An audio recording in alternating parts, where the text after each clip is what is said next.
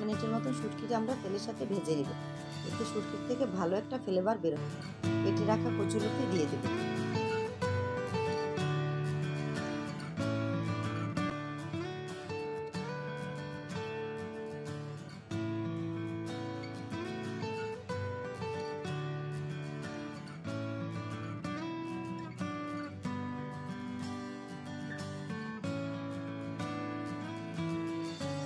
শুটকি কচুলতি ভালো করে কষিয়ে নিচ্ছি বন্ধুরা, একদম দেখুন ভাজা ভাজা হয়ে গেছে।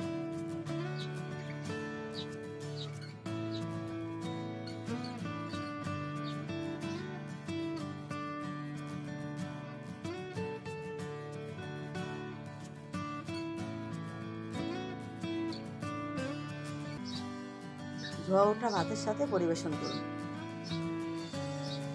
আশা করি আপনারা সবাই ভালো থাকবেন।